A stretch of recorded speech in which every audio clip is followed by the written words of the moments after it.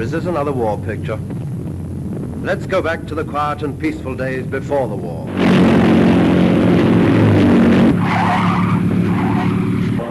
So this is peace.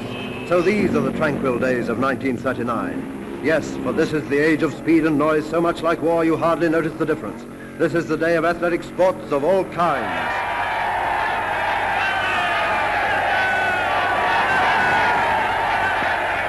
This is the day of devotion to the graceful art of dancing.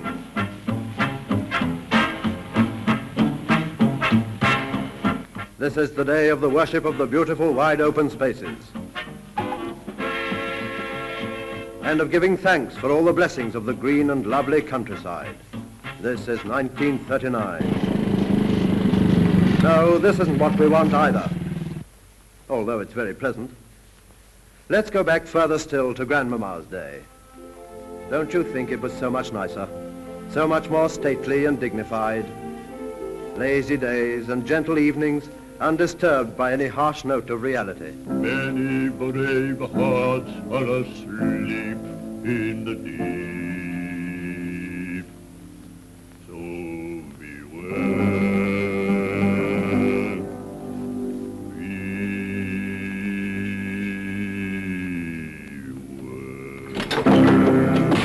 Yes, these were the days. Grandmamma knew that her place was in the home, although Grandpapa could go in for a stern life of dangerous sport. Women were women, and they didn't forget it, even if men forgot it.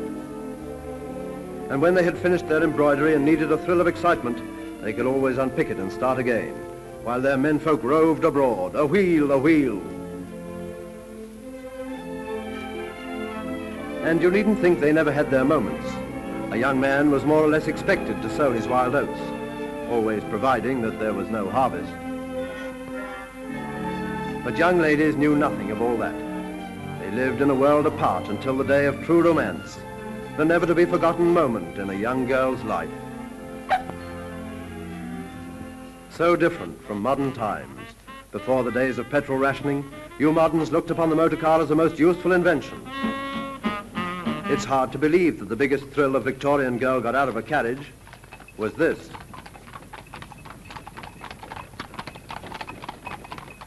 You can't get into much trouble doing that. Very little remains undiscovered about the modern girl. You can see she is beautiful. You know she is no fool.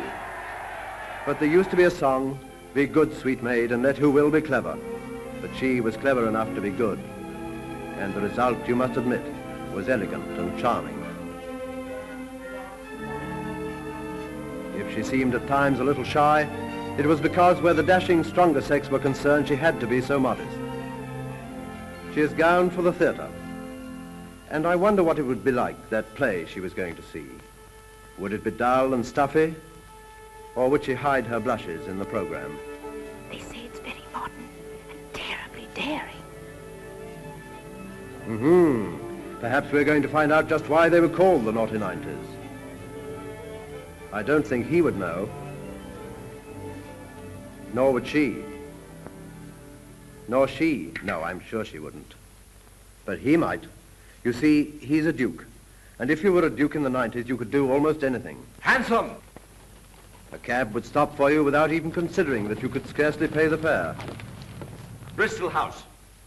To Bristol House, historic townhouse of successive generations of the Dukes of Bristol, where many a lovely Duchess of Bristol had been at home for all the brilliant functions of the London season, attended by kings and princesses, by the cultured, the famous, and the aristocratic, and even, occasionally, by her husband.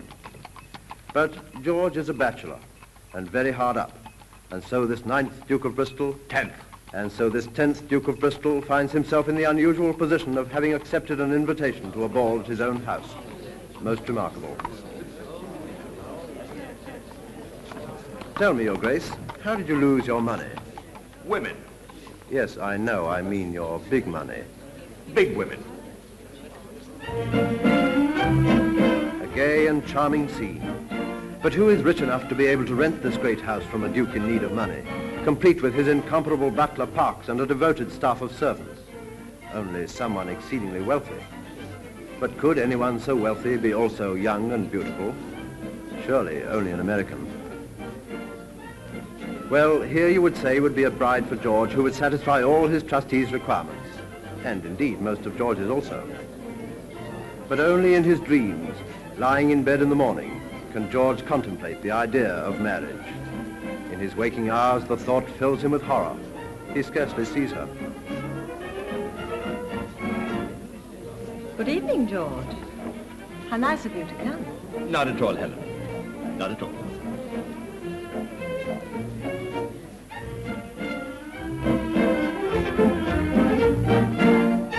Well, there you are. All this wealth and gaiety after that would taste more acid than the pickles from which Helen's father built his fortune. As it does, indeed, to Richard Halton, who hasn't the advantage of wealth to sweeten the taste. Being a friend of George is burden enough for any man to bear. And for a man of the very highest breeding and the very lowest income, life is one long attempt to accomplish the impossible.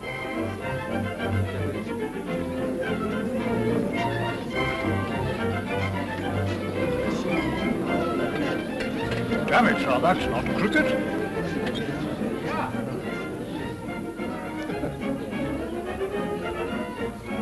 Poor George, it must be very sad, coming back to your own house as a guest. Better return as a guest than remain as a host to a broker's man. There's nothing for it, George. We must make some money. Try to figure I'm a duke, Richard, and talk sense. Good help. We'll drink to the woman I love. Don't be disgusting. Look, here she comes. The one on the left. Do you mean to tell me that you love Maria Wislack? Have you no respect for age? George, we must join them.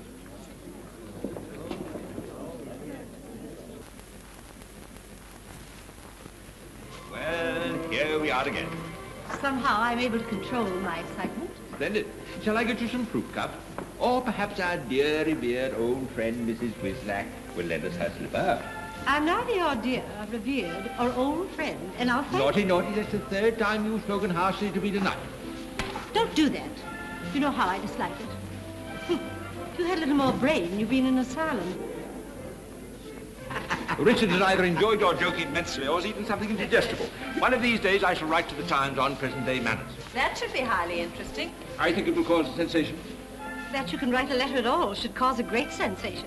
I forgive you, Maria. Old friends are old friends. George, if you use the word old to me again, I shall throw something at you. Very well, Maria, but when I reached the age of 41, I was not ashamed. My sister will be 41 in August, isn't? You beast. Founder.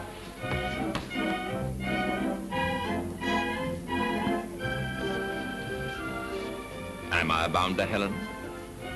I don't think so, George. Not really. No, I don't think so either. Good evening, Helen.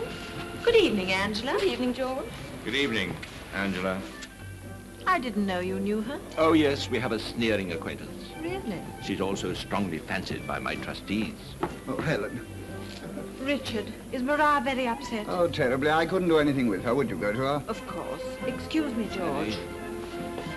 I suppose it amuses you to have made a woman cry? I said nothing that could possibly make her cry. Didn't you, in a sneering way, accuse her of being 41? I did, but she's not crying because I said she's 41. She's crying because she is 41. Well, if you must know, I'm the same age as his sister. That damn woman can't keep her mouth shut about anything. Oh, how I dislike him. I'm sorry, because I like him so much.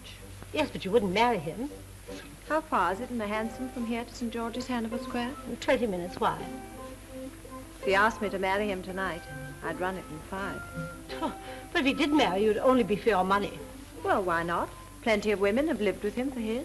Oh, I've loved her for more years than I care to remember. Do you mean to tell me that you've loved that old... Silence.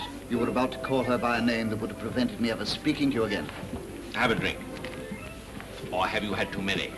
I will have a drink, and I've not had too many. Richard, old boy, I love you as a brother, but I must say I would rather see you dead. George, I warn you.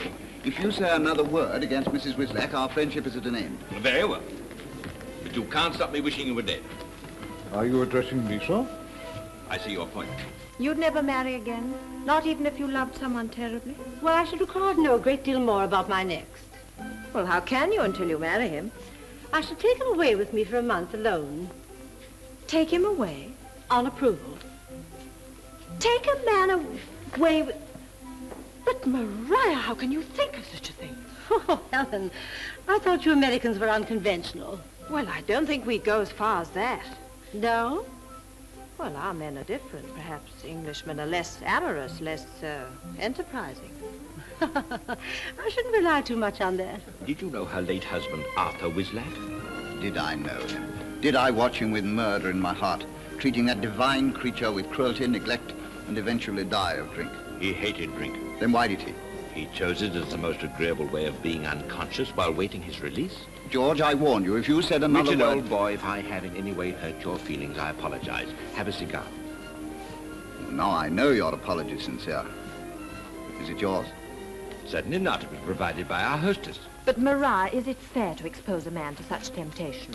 Suppose his love for you overcame him and he should attempt to, I should, of course, take a revolver. Yes, but suppose you came to care for him. Then my aim might not be so accurate. But what is more important, have you asked her if she loves you? How can I? My income is $300 a year. Hers is $25,000. Oh, now I take everything back. You have given me a reason why you are right to love her. You're suggesting that I love her for the money? I'm suggesting it's a reason you should. What do you think you could learn about a man in a month? As much as I wish. But, Maria, the scandal. Oh, I should choose someone less inclined to gossip than most men.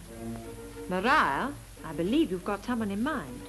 Well, as a matter of fact, there is a man in your party tonight who within a month might surprise me. There's nothing void, Richard. You must propose to her. I haven't the courage. Ever tried brandy? One day I sat with a bottle of brandy in front of me and recited to it the language I should use when asking her to be my wife. With the result that when I went into the room, I was unable even to wish her good evening. Ah, bad luck. But, Richard, do as I say, and I give you my word that a month from tonight, you'll pop into a bed with the cry, Maria, here I am. George, that is an observation which I consider most unsuitable, either here or in the place you suggest. I was speaking metaphorically. I trust her. You must have courage, Richard. Think what marriage to Maria means to you. Someone to be with, to talk to, no money cares, no cares of any kind. It's not for me. Think of the little ones prattling up and down the room. No, I take that back. Why? Very well, if you insist. My dear George, married life to me without children is...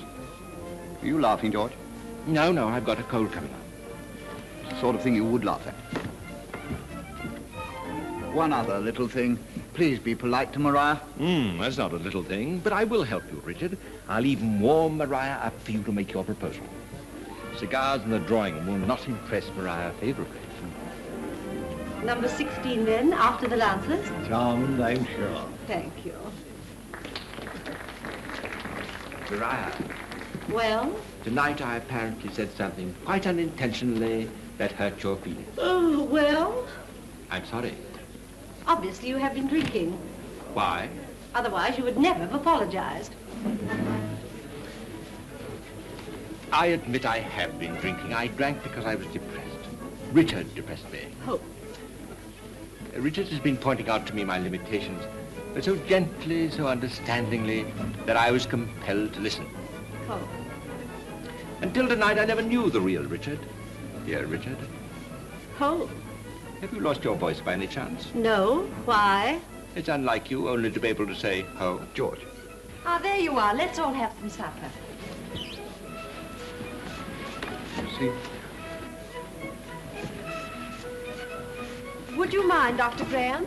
What's that? May we join you? Oh, yes, yes, certainly. I'm just going when I finish this. Dr. Graham, famous hair specialist. A great success, apparently. We were talking of Richard, You were talking of Richard. of his gentleness, his love of little children. How many has he got? Richard is a bachelor. That has not answered my question. None. How do you know? Well, he's not that kind of a man. I trust not. And it is through Richard that tonight I've a feeling I'd like to get near to nature, to walk on grass, to hear the birds sing their simple songs of love. Birds don't sing at night. Perhaps not for you, Maria. Would it amuse you to accompany me, Helen?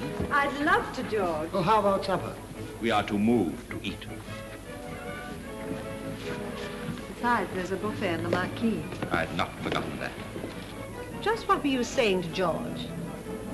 I was telling him of the need men have for the affection of a good woman. Go on.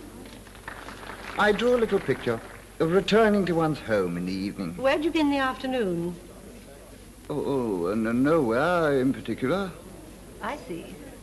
Go on. And there, seated at one's dinner table, a divine lady. To whom you would address a few kind words before going out to dine with someone else. Oh, not at all. I should stay and dine with her. That's original. I've never really thanked you for letting me rent this lovely house of yours. I've never really thanked you for renting it. Somehow I hate the thought of leaving it when I go back to America. Somehow, so do I. You know, Helen, I am not appreciated. You easily could be. But how? Well, don't you ever want to do anything for anyone? My dear, the most that can be expected from any duke is to think. Well, then, if you feel you're not being appreciated, why don't you marry? Ah, that. I will tell you. Feeling as you do, Richard, I wonder you never married.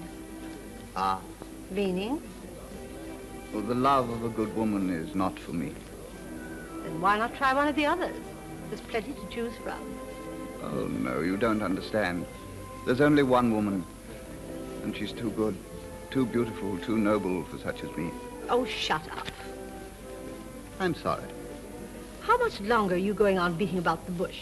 Why not come out in the open like a man and say, Maria, I love you. Will you or won't you be my wife? I'd no idea you knew. Go on, man, say it, say it.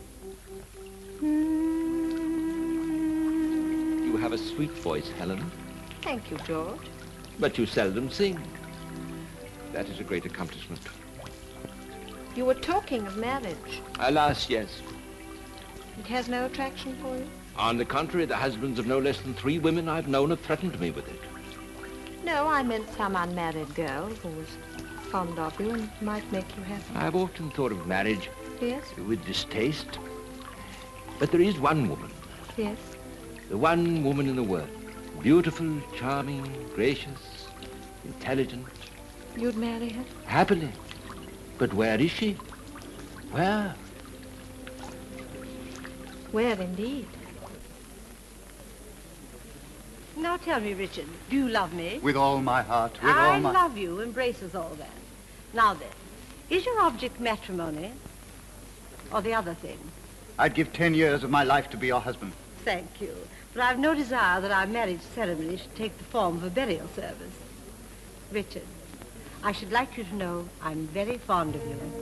But I can't believe it. Why should you care for me? You'd be wise not to let me dwell on that. This is too wonderful. Don't get excited. You're getting the best part first. Now, get up and sit down. Now, let's be practical. My income is £25,000 a year. Many congratulations. Thank you. What's yours? Mine. Well, it varies. Sometimes it's up, and then again it's down. Mm-hmm. What is it when it's up? Well, you know, money means so little to me, I really haven't an idea. Where do you bank? Anywhere, I simply don't care. Fortunately, I could provide for both of us in the style to which I'm accustomed. I love you. Thank you. Now then, what is today? Tuesday. Very well. On Friday, we'll leave on the midday train for Scotland. where, to all intents and purposes, we shall spend a month together as married people. Maria, Well, you and I spend a month together alone as married people. yes, You're not serious. I am. But what an extremely good idea. What an intensely good idea. But this is perfectly delightful, and the courage of it all. And if at the end of the month I find that we both feel alike, as it were, we will get married.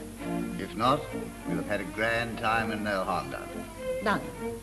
Oh, I really must congratulate you. I never remember looking forward to anything so much, and the courage of it.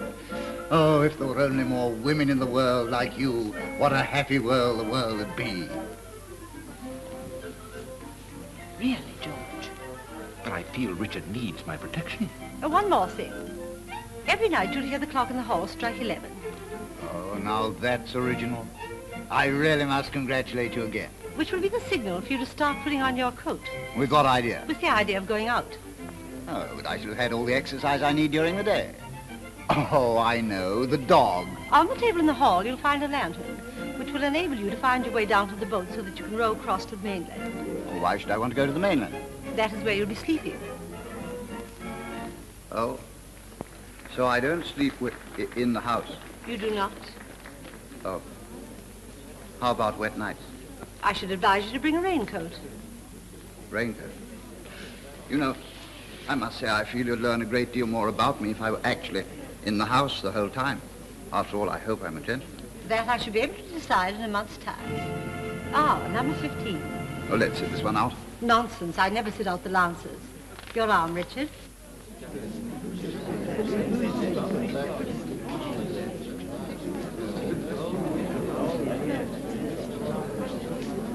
Very hot. What do you mean? So you and she go off alone for a month together to see if you'll be all right married. I dislike your phraseology, but the answer is we do. What is George talking about?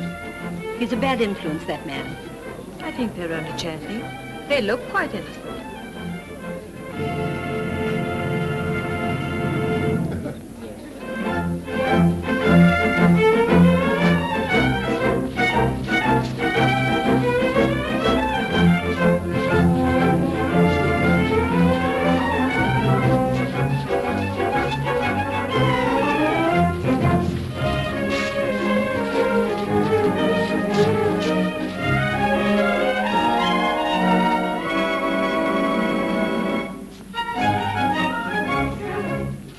I sleep in a hotel on the mainland. You mean you leave her every night?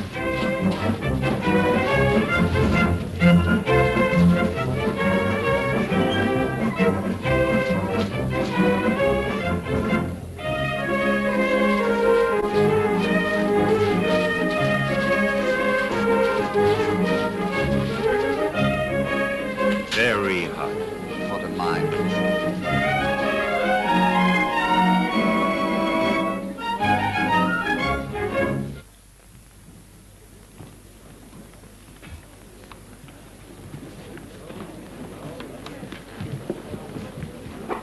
Handsome. There's one.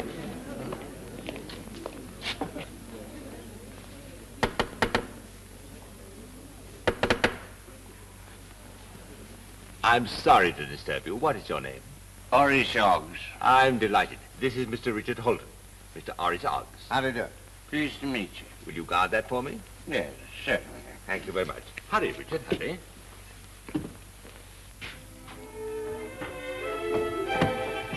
Giddy up, up we go.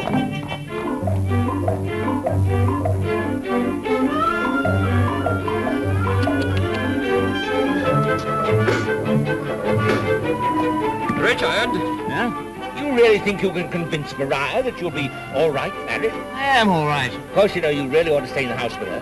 Well, I'll never consent. I wish you wouldn't refer to it again. Oh, very well, but I still can't help wishing you were dead. Richard! It's a nice party. Yes, very nice. I forgot to say goodnight to Parks. Who's Parks? My butler. Let my house for the season, let Parks for the season. George? Yes? You ought to go back and say goodnight to him. That's right. Round we go.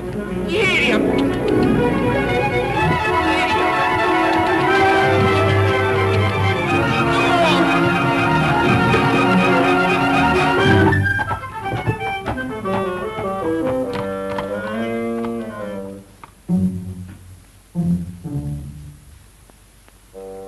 Is Mr. Parks below? Yes, Your Grace. Good, I wish to visit him. We have arrived, Mr. Ogg, sir. Thank you. Whoa! That'll be half a crown. Half a crown. Here's the sovereign change. Say goodnight to your horse for me, will you?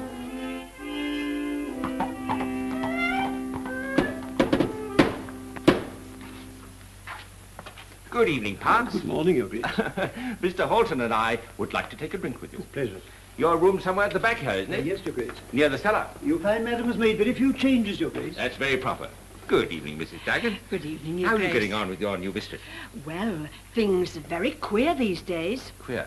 Hardly any noise. No. Hardly any drinking. No. And hardly any... Oh, I'm surprised. And we gets paid regular. That's very queer. You weren't here in my time, were you? No, Your Grace. Pity. You beast. That's very handsome of you, Parks. I know Your Grace's preference. Have another drink? Definitely. Good. Whisper. Soda. Whisper. Soda. We'll drink to Maria. That's nice of you, George. Not at all. There you are. Thank you, George. To Maria. To Maria. I still can't help wishing you were dead. Good health. This whiskey tastes funny. You have no palate. Taste again. It's McQuilsh's Highland liqueur. All right. I apologize. If you apologize, I'll come to Scotland with you. Oh, no, George, I asked you not to. Give me another drink. Not so strong. All right. Whisper. Soda.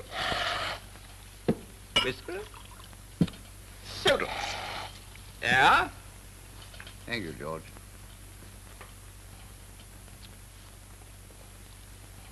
Now you've drowned it. I mistrust you, George. Why do you want to come with me? Oh, trustees, marriage, bankruptcy. Get away from it all. You'll have to sleep in a hotel. Hotel's full. It isn't. Make it full. Just a minute. You're full. I'm full. But the hotel's not full. What's the name of the hotel? Dundrannoch Arms. Kyle of Lockhouse. What's the name of the hotel? Dundrannoch Arms. Kyle of Lockhouse. Reserve. All. Rooms. Saturday. Family. 8. You think of a name? 12. Oh, that's very good. No, American name. All hotels impressed by Americans. Silas K. Must be Silas K. Oh, that's very good. Silas K. McQuillis. That reminds me. Give me another drink.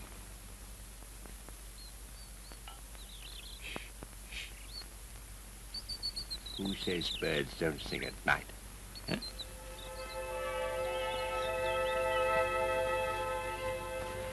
Good morning, Parks. Good morning, Madam. Lovely party, don't you think? Yes, Madam. I thought everything was perfect. They all stayed on and on. Yes, Madam. And that's always a good sign, isn't it? Indeed it is, Madam. In fact, Yes, Parks? some of them haven't gone yet. Haven't gone yet? Well, where are they?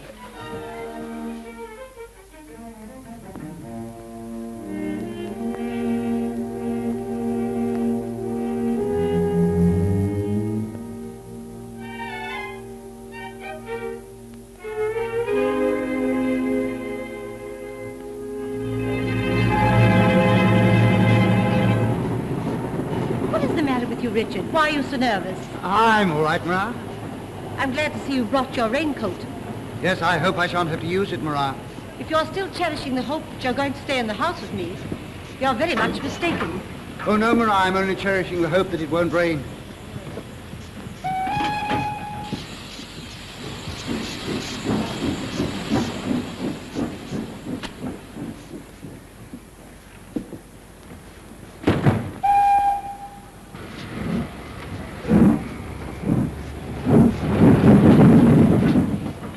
We're off.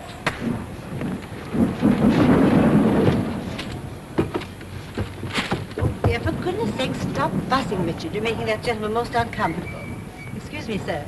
I hope we haven't bothered you too much. Not at all, madam. Thank you. Did you remember to bring...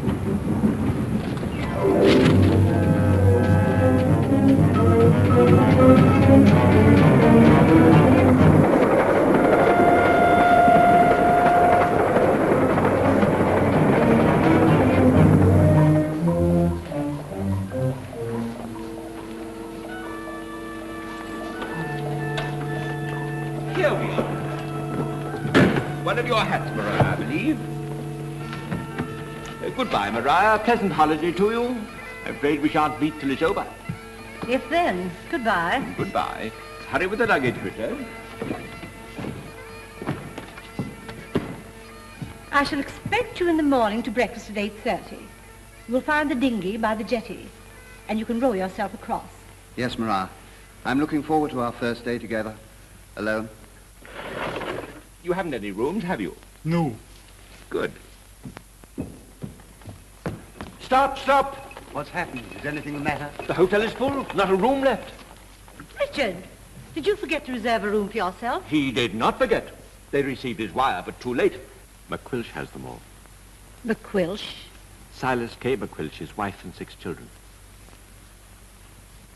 I must look into it. Excuse me.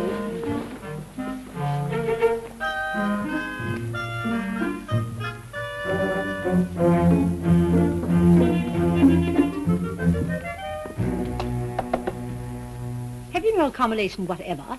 With who? Oh, but did you not receive a telegram from this gentleman? Mr. McQuilch? No, Richard Halton. He says he sent one. Ah, he did.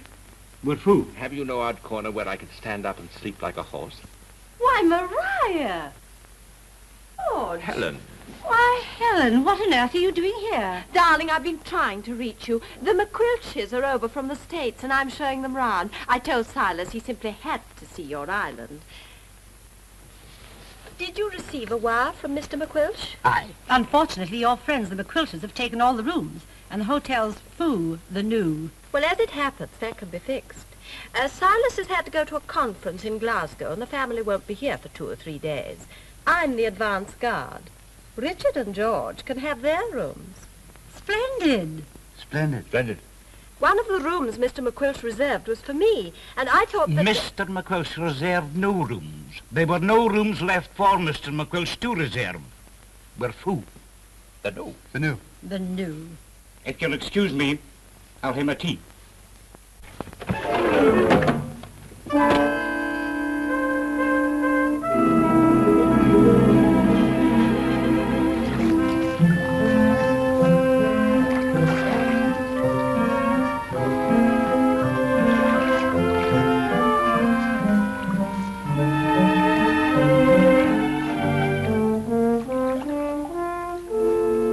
Hurry along, Richard. Don't lag behind.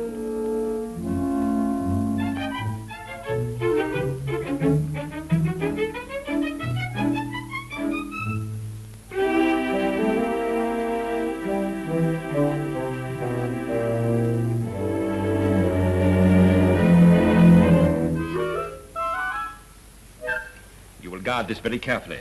It contains my old friend Mrs. Wislack's favorite toque.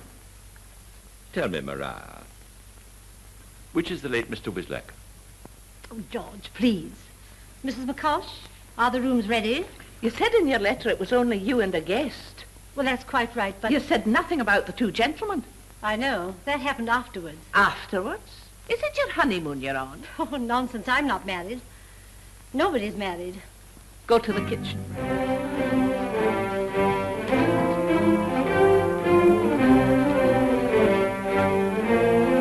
Shut the door.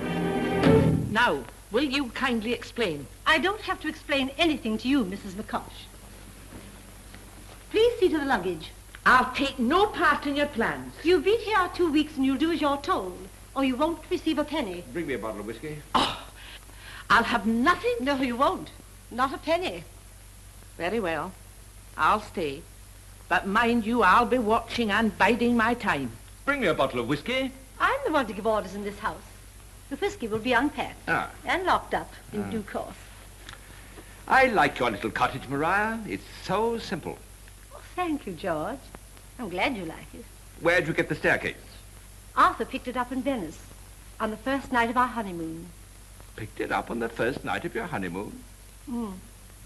What a man. Unpack for me, will you? Yes, mistress. Mistress? Not yet.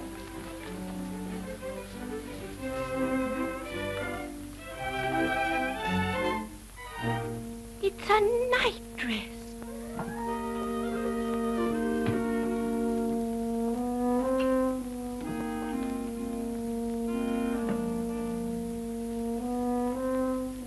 I hope you'll find your bed comfortable. Eh? Oh, I shan't use that very much.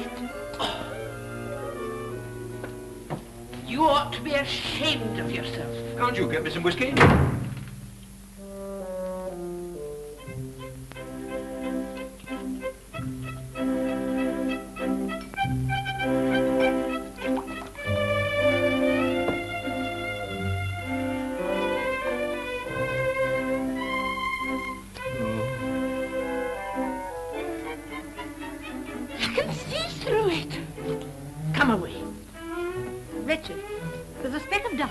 Will you kindly remove it?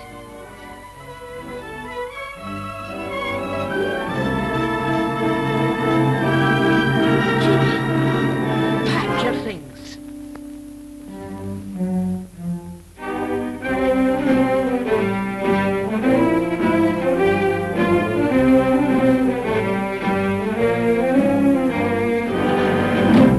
Richard, count the silver. Well, is dinner ready? No. Don't be a fool, George. All the servants have left. Well, we'll have to manage ourselves. I'll cook. You and Helen, I know, will help. Delighted, Maria. George, of course, will be utterly useless. On the contrary, Maria, you'll find I'm incredibly useful. I'm at my best at beds, I welcome washing up, and I'm a dab at dusting. You can leave everything to me.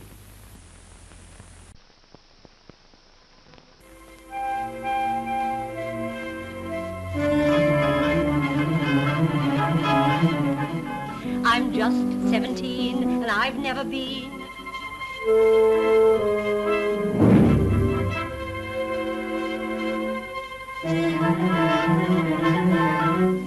I'm just 17.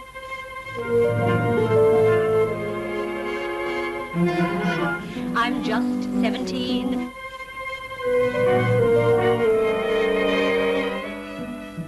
I'm nervous something's happened to George. I'm nervous that something hasn't. Having spent 3 weeks practically alone with him, I wonder you can tolerate his miserable selfishness. Well, he's completely unconscious of it. Richard's been a long time gone to the village. Well, it's a long pull there and back. Now, there's the kindest, sweetest man I've ever met. You don't think he's merely giving a good impression? Well, you haven't left much undone to find out if he has any weaknesses, have you, darling? Are you suggesting that I haven't been nice to him? How could I, when he always describes you as an angel? He probably knew you'd repeat it to me.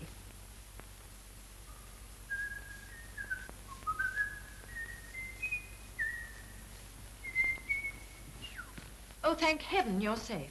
Why, Helen, did you think something had happened to me? Well, I did rather. You see, when you went out and I asked you, as there were no servants, to be back at 1 for lunch, well, naturally, when 2 o'clock came, I began to think something terrible must have happened. Oh, that's very charming of you, Helen, but I don't in the least mind having lunch late. Is it ready? I'm very hungry. Dinner's been ready for over an hour. Really? I hope it isn't spoilt. I'll get it for you, George, dear. Maria?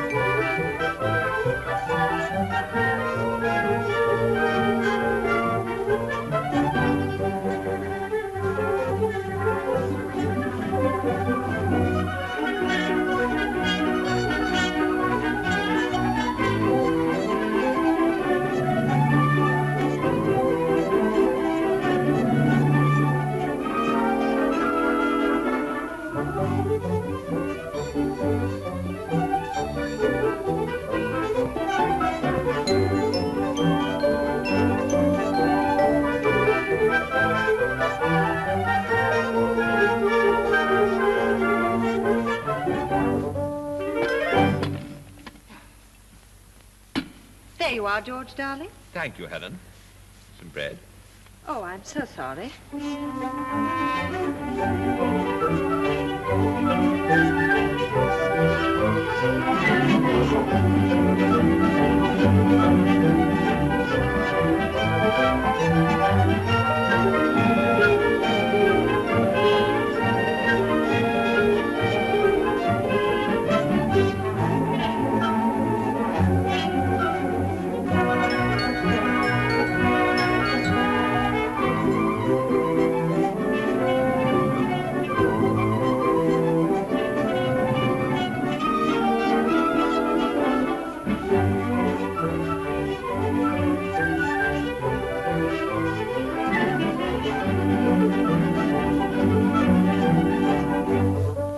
George, dear. Thank you, Helen. And some butter? Oh, yes.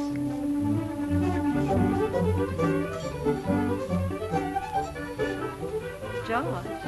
Maria? In the cellar, there's some champagne, Moselle, hock. Please let me fetch it for you. Maria, you know I never drink at lunch. Oh, but I want you to. I want you to let me fetch it for you. If you'll allow me to say so, I find your jokes singularly unfunny. Would you like some rice pudding? To say I would like some rice pudding would be both inaccurate and insincere. To say that I'm hungry and will eat some is an entirely different matter. Where's the cream? There is no cream. What, no cream? George. Maria? Look at me. Does my face express anything to you? No. Do you know what would give me more pleasure than anything in the world? I can't imagine. To rub your nose in the rice pudding. You should try to avoid crudity, Maria. I'm afraid I haven't put enough milk in it. I agree, but what it lacks in milk, it makes up for in rice. Throw it at him. Throw it at him. I can quite see why you don't keep your servants, Maria. George, please. Are you suggesting that it's my fault that my servants left me? I'll put it another way. I suggest that one has to like you very much to remain in the same house with you, Maria, dear. Just 1 second. Ow! Ow!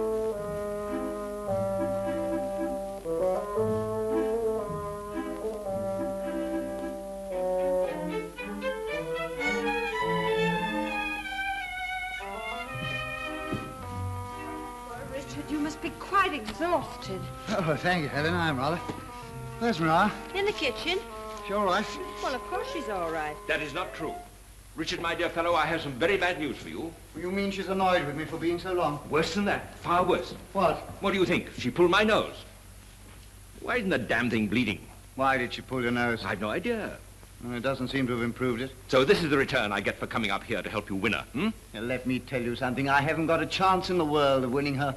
And even if I had, it'd be in spite of you. At least 50 times you've never... I don't want to hear any more. I shall go outside and read. Give me my newspaper. I didn't have time to get it. You mean to say you haven't brought me my Times? I have not. Well, of all the selfish devils. Oh, I've forgotten to send Maria's telegram. Good.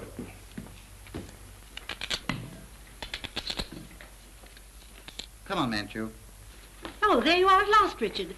I hope you remember to send my telegram. Oh, I'm terribly sorry. I'm afraid I didn't. Really, it's too bad of you. Do you realize I shall have nothing to read for 2 or 3 days? Oh, I know. I can't tell you how sorry I am. Well, if I'd known you weren't going to send it, I'd have gone myself. I noticed you brought all the things you want. Tell her to go to hell. What did you say? Tell her to go to hell. What? I said you look tired and not at all well. Nonsense. Oh, I'm all right. Really, I am. He's quite all right, aren't you? Yes, of course. Oh, tell me something I can do to make up. Why not give Manchu his little bath? Think you could? Oh, yes, of course. I have a way with animals. They take to me, you know.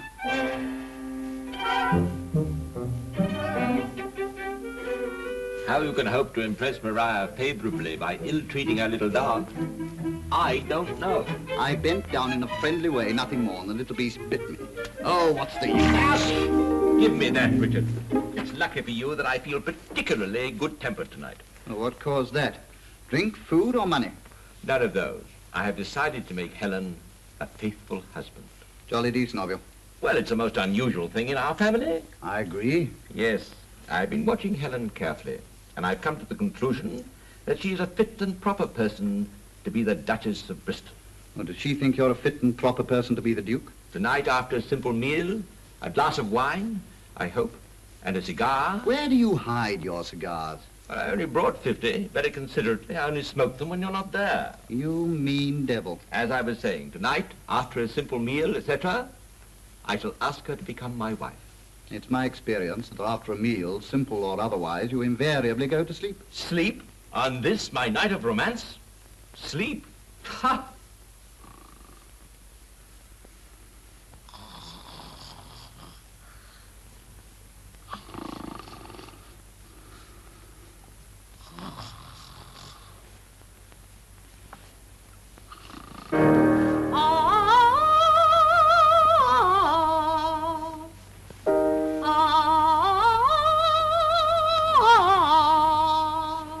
Is there no peace in this house? I agree.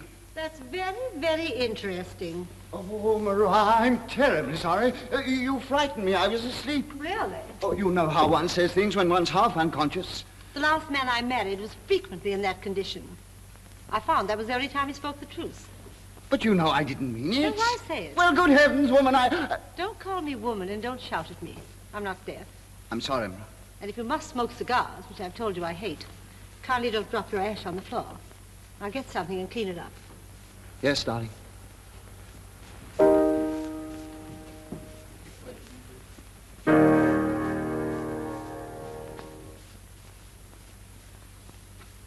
There's another bit there.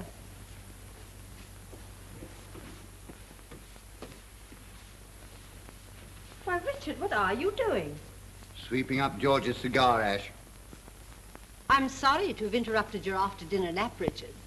Since you're awake now, perhaps you've no objection to my going on practicing. No, of course not, Maria. Thank you. I can't understand. Before I came here, she always gave me the impression that she liked me. It's too bad of her. What do you suggest I should do? Tell her to go to hell. What? Tell her to go to H-E-double-L. Oh, I couldn't do.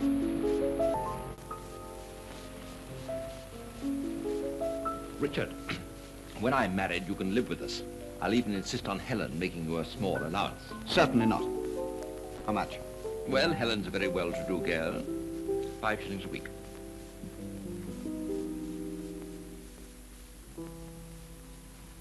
Why, Helen. What a charming answer to my thoughts. You were thinking of me, George? Indeed I was. Do you remember this music? Yes, I know it very well. Do you remember where you heard it last? I've heard it so often, you know. Oh. You don't mind cigars? No, I like them. Ah, that's why you're so delightful, so sympathetic. You always seem to understand. I hope you will always think so, George, dear. I shall, believe me. Helen, I am anxious to tell you something that's long been in my mind. Please do. I beg of you not to consider it the impulse of youth. I won't, George, dear. Very well. There is only one woman in the world I would ask to be the Duchess of Bristol. That's very interesting. And if you ask me who she is, I will tell you. Who is she, George? You, Helen. I'm very touched and very flattered. And I am very happy.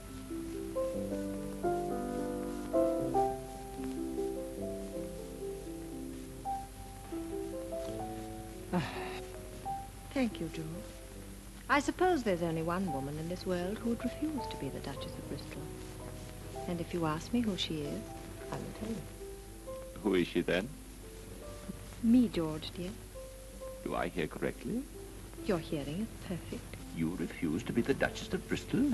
I do. May I ask why? Only because you happen to be the Duke. Are you insulting me, Helen? Not nearly as much as you've insulted me. What do you mean? You should have only asked me for my money. You should not have included me with it. I emphatically deny that I asked you to be my wife merely on account of your money. No. No, and I'd have you know there are many women who'd be delighted to marry me. I'm sure there are many women who would have loved to have been the Duchess of Bristol. Frankly, I wanted to myself, until I spent 3 weeks with you here. May I give you a piece of advice, George? Marry Maria. How dare you? For sheer selfishness, you'll both win the cup outright. You mean to tell me that I'm anything like Maria? If she doesn't get away about everything, she sulks. So do you. If Richard doesn't wait on her hand and foot, I've never allowed Richard to wait on me once. Only because you were too busy allowing me to. I thought you liked it. Anyway, yours is a grand position. I envy you. It's something for a profiteer's daughter to have refused a duke. George, many years ago, there was a butcher's shop. An august person passing it one day was not attracted by the meat in the window, but by the butcher's wife. The butcher, with an ambitious eye to a knighthood, encouraged him to pass it frequently. With the result, he became a baronet. Now the butcher's wife was encouraged. She too acquired an ambition. So she left the butcher. With the result, her son was born a duke. So far as I can see, the only difference between our two families is my father only profiteered in pickles.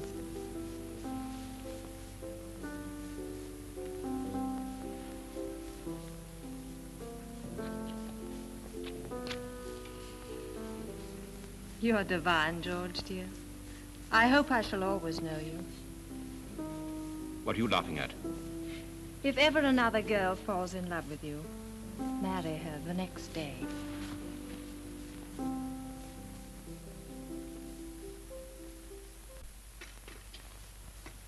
What on earth's the matter with George today?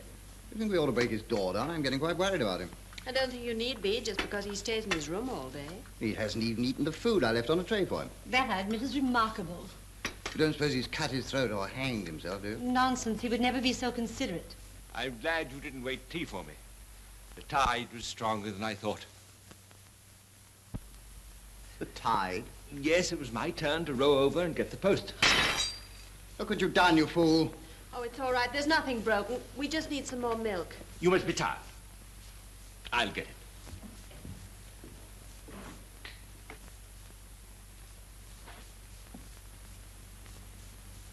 Somebody ought to go with him. He's not safe to be left alone. Nonsense. He's all right. Sorry I've been so long. You quite well, George, old man? I feel terribly well, thank you, Richard. Where's the post? Post? There wasn't any.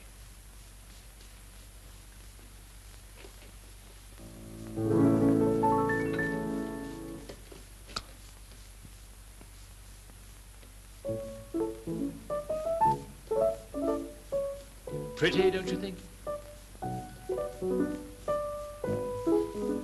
Stop! Stop! Stop him, Richard! Why, Maria, I'm so sorry. I was only playing for you. I thought you liked it. George, I've had enough of this. This what? This fooling, can't you see you're frightening Maria? Oh, I'm so sorry, Maria. I didn't mean to. I'm very sorry. Careful, George, old man, careful. It's my turn to do the washing up. Oh, don't hurry with your tea. I'll go and put the kettle on. All this before he sets fire to the house.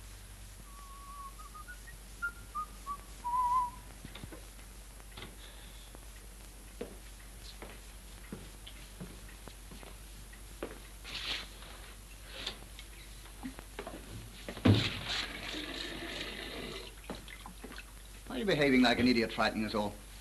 I'm showing Helen I'm not a bit like Maria. What on earth are you talking about? Don't tell me I'm a liar, because I'm not. You know what she said when I asked her to marry me? No, what? She said I'm an ass, I'm conceited, I'm selfish, I nag. I'm the descendant of a... No. I tell you I am. Or she says I am. I've never been so disappointed in anybody in all my life. Everything would have been all right if your old woman hadn't started this unapproval business. Are you referring to Mrs. Wislack? In the last 3 weeks, Helen's found out 1,000 things about me, and she doesn't like one of them. I'm leaving tomorrow in the midday train. Did you love her, George? How can a man harassed to death with financial troubles as I am concentrate on love? It's unreasonable, Richard. Anyway, you go and get your old woman to turn you down and see how you like it. Thank you. I've more sense than you have. I'm not risking it. I'm leaving with you. Coward. Not at all. I want to save her the embarrassment of telling me I failed her.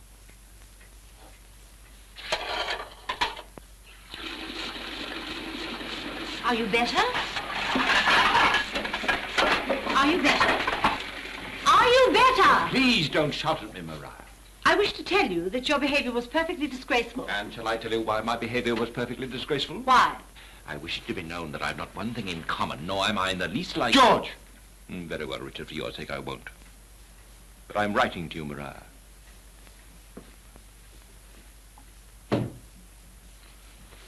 Your hand is all wet, Richard.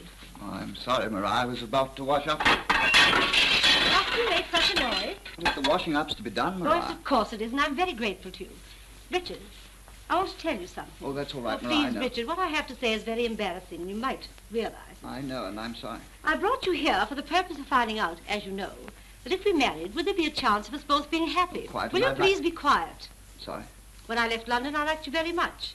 I almost believed you possessed qualities that might endear you to me. I know. But I'd no idea how nice you really are. What did you say? Don't interrupt, please.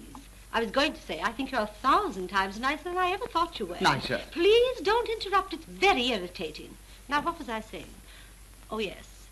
I have decided not only to marry you, but to prove to you how much I trust you. I'm going to settle 5,000 a year on you for life. Are you pleased? Please. But I'm delighted. And all this time I thought you disliked me. You'll never begin to know how miserable I've been. Oh, but why? Well, you were so intolerant, so horrid to me. Horrid to you? What are you talking about? Oh, now let's straighten this out. You know you tried every way of provoking me to see whether I was bad-tempered or not. I did nothing of the kind. I'd never descend to anything so mean. Ah. You don't mean to tell me that that was really you all the time? Of course. Is that how you'd be if we were married? Naturally. How long did your late husband live with you, Maria? 18 years. Why? What a man. What a constitution. How dare you speak to me like that? If you had the faintest idea how you've been speaking to me during the last 3 weeks, you'd know how and why I dared.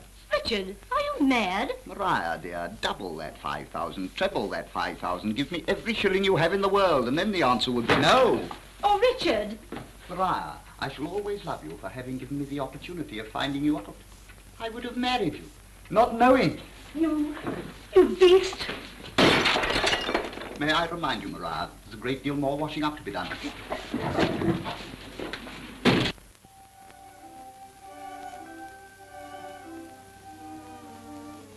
George, If you have anything to say to me, kindly address me through a third person. what have you been doing in your room all this evening? Seeking repose. And just now? Seeking alcohol without much success, I may say. George, will you come and talk to me? If you promise not to revile me again. Not tonight, anyway. Helen, once there was a time when I thought you liked me. Liked you. 3 weeks ago, I adored you. If you'd asked me to marry you then, I would have. I adored you so much. And now? I've spent the last 3 weeks with you, and I think it's been my greatest disappointment. You mean I died on you? The second day. The second day? Well, that's not the experience of other women who have known me. You know, Helen, I'm always being asked out to dinner parties because people find me amusing. A dinner party only lasts 2 hours. A marriage has been known to last for 2 years. Yes. Helen, these last 3 weeks, are they indelibly imprinted on your mind? They are imprinted. Why?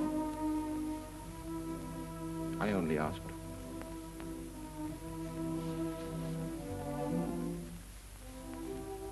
I suppose it's because I'm a woman and therefore infinitely foolish. But I think I could forget these past 3 weeks, if you could tell me one thing. Gladly. The color of my eyes? Blue.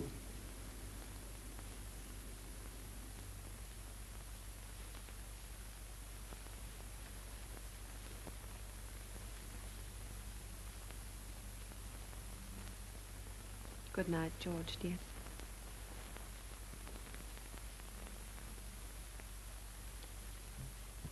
Ta-ra-ra, boom, de, ta-ra-ra. Come in. Helen, come away from the door. I thought for a moment you were Maria. Maria's lying in bed stunned by the shock you gave her. I found myself curiously unmoved. I'm afraid I've given George a bit of a shock, too. Oh, where's he? Poor dear, he's sitting at the bottom of the stairs trying to convince himself he's colourblind. Colourblind? Oh, well, it doesn't matter, Richard. He'll recover. To do any good, I'm afraid he needs at least 6 months on a desert island. Alone with Maria. Alone with Maria. Richard, I really came to ask whether you were enjoying it here very much. Oh, Helen, you know, I'm having a perfectly awful time. Then why go on having a perfectly awful time? Oh, I see what you mean. Oh, you are clever, Helen. But of course, and the sooner the better. Then you agree that the island should be deserted? As far as I'm concerned, tomorrow. All right, then. Tomorrow. Good night. I'll see if the coast's clear. Richard? Yes? I wonder if you could tell me something. Of course, Helen, what? The colour of my eyes. What a funny question. Green, of course. How observant you are. Thank you, Richard. Tomorrow.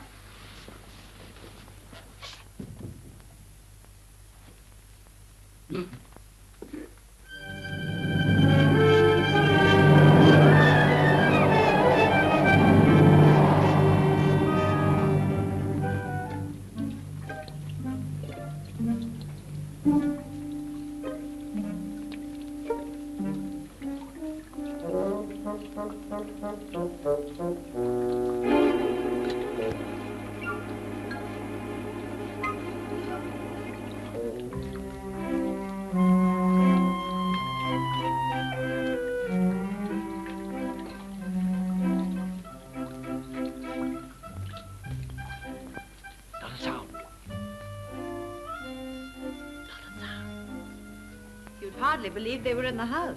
Well, how dare they stay here? Well, you can't expect them to wait on a coal railway platform. Why not? To think that I brought that brute here to see if I liked him, and he has the audacity to say he doesn't like me. My stomach is cold, my head is hot, my arteries are hardening. Only alcohol will get me on the train. Nonsense. Never again do I raise a finger. Besides, you shouldn't have drunk all the cooking sherry. I would not have asked you, Richard, were it not for the fact that I meet those extremely unpleasant women. As it is, I shall die standing. I'm not sure which of us is the luckier. I to have lost a vulgar little man, or you to have avoided marrying a congenital idiot. Well, George isn't entirely an idiot. I quite agree. What do you want? The rain is now coming through the roof in 15 places. Well, what of it? We have only 14 receptacles. Well? So what do you suggest? I suggest that you will find the railway platform far less uncomfortable than my house. Well, Richard and I have talked it over and decided we'd find it exactly the same. Then why not get Richard to mend the roof? I don't think he'd agree. Ever since he told you the truth about yourself, he's so conceited there's no holding him. Is he boasting about that? Rather. Now he's bragging that one day he'll turn you into a decent woman. How dare he? Well, he says it can be done. He's very childish today. Mrs. Wislack, would you give me the key of the alcohol cupboard? I will not. Did you have that brandy and soda, as I told you? She whom you once loved refuses to cough up the key. Give me the key of that cupboard, which should never be locked. I'll do nothing of the sort. Give it to me, I tell you. No. Then you place me in the hideous position of having to reveal myself as a man who has always known where it was.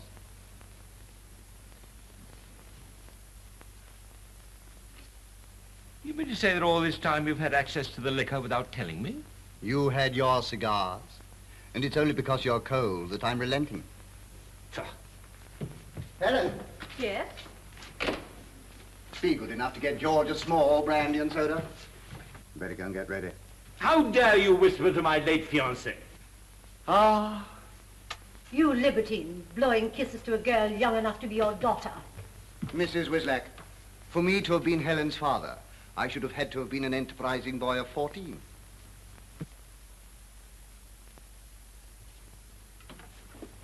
How long? 4 minutes. In the kitchen. Go down the back stairs. 4 minutes. Mrs. Wislack. Maria, I don't want to speak to you, but I must. I don't want to speak to you, and I won't. Stop. You love Richard? Shh, don't shout. Do you love Richard? Yes, you beast. Must you shout the facts of life outside Richard's bedroom? Come to my room.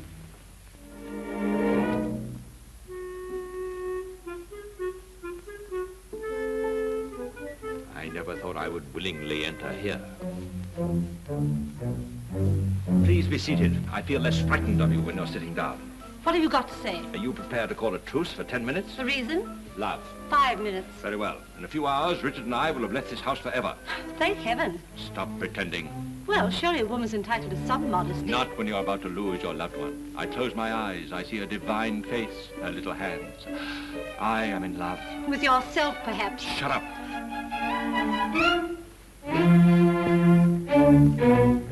Out.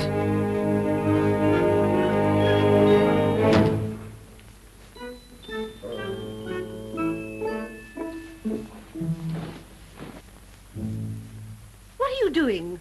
Kindly put down my nightdress. It's a nightdress no longer. It's a flag of truce. Sit down. Now, to continue. I propose to stay here and keep Richard too. Oh.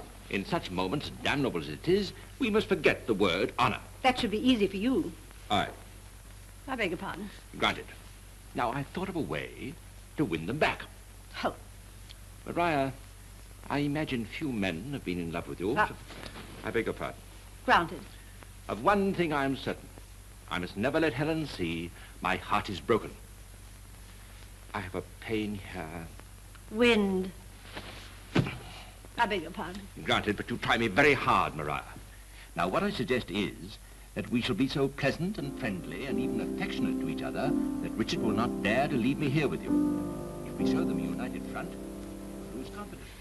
Drink to me only with thine eyes, and I will pledge thee mine. You hurry down to the boat. I'll meet you with the luggage in a few minutes. You're quite sure we're doing the right thing? Of course, I'm sure. Oh, very well then. But don't be too long. What's funny? I thought I heard. I did. The thirst that from the soul doth rise, doth ask a drink divine. But might I of Jove's nectar sup, I would not change for thine.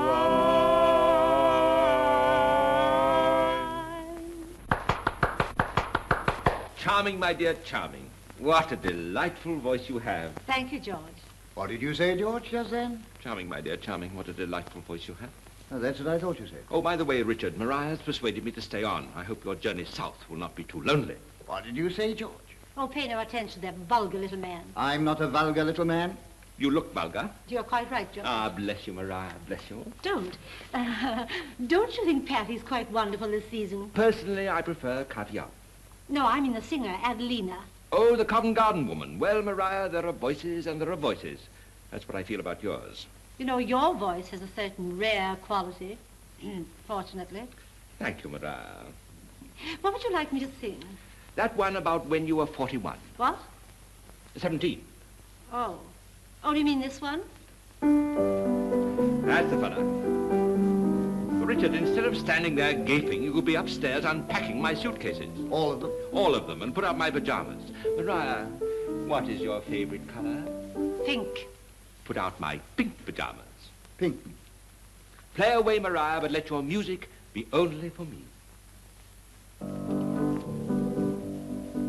I'm just 17, and I've never been to any stately ball. What have you been doing? Putting out George's pink pajamas.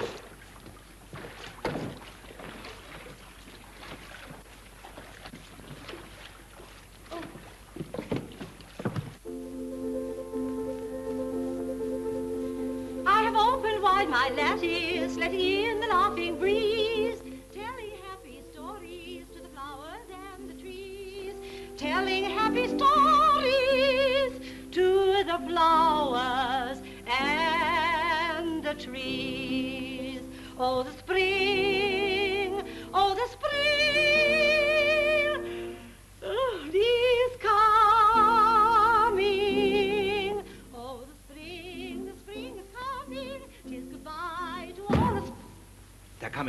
Let them find us in a more romantic setting. Come.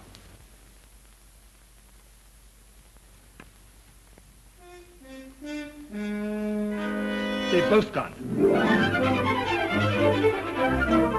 Idiot!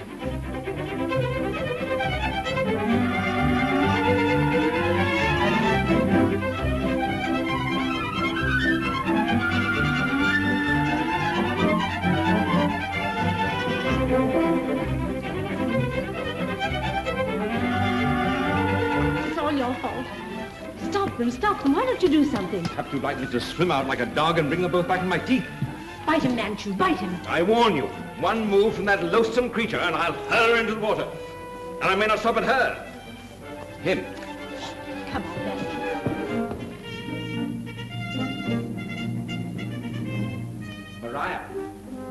Maria! Well? Do boats ever come near this island? Not for weeks on end. Couldn't we signal to the mainland? But how? We could burn down the house. You try. That means you and I alone here. Yes, and just think what people will say. They'll say nothing. My reputation will save you from that. Your what? My reputation as a man of taste. Where are you going? What are you going to do? I'm going to my bed. Well, you needn't trouble to lock your door, Maria. Only the rain will want to come in.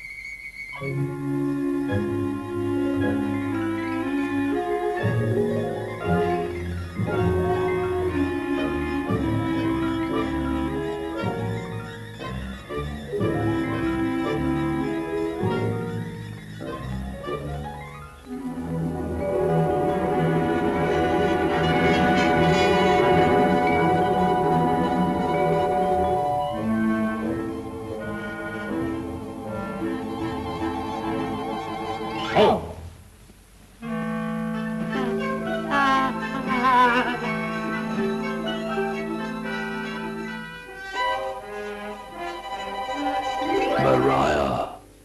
Quiet, Wislack.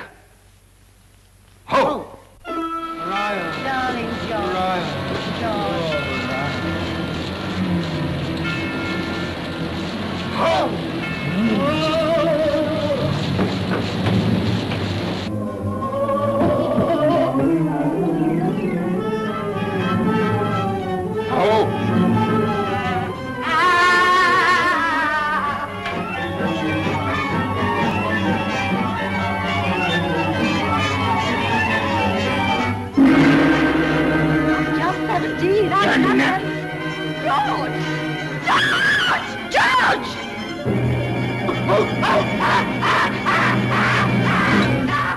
Richard, whatever's the matter? Oh, it's you. Oh, I can't sleep at all. I'm having such terrible dreams. Oh, so am I. It's the haggis. I want to go back. So do I. Get out! You! No!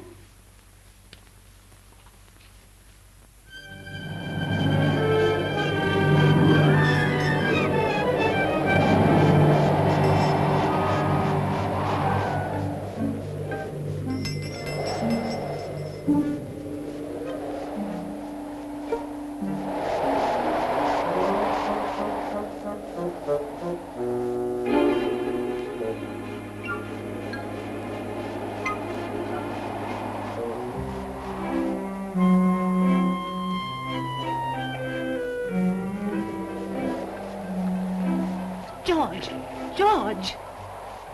How do you do? There's a man in my room. Why? She's not in her bed.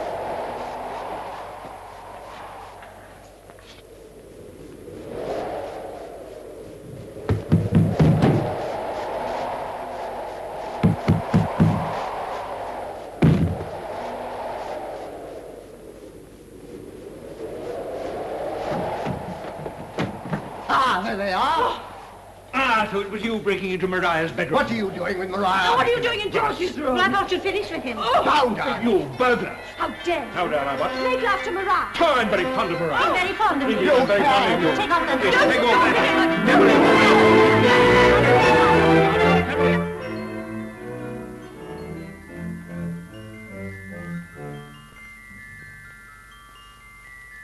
And that's Grandmama. And that's Grandpapa. Oh, and that's a picture of your daddy taken on our honeymoon. Honeymoon is when you go away together after you are married. Pardon me, Lady Bristol. Haven't you made a mistake? Oh, I'm not Lady Bristol. And I don't think I made a mistake. You mean you married Richard? That's right. But what happened to George? Whom did he marry in the end? You'd be surprised. Look. You're joking. Believe me, it's no joke. George? Coming, darling.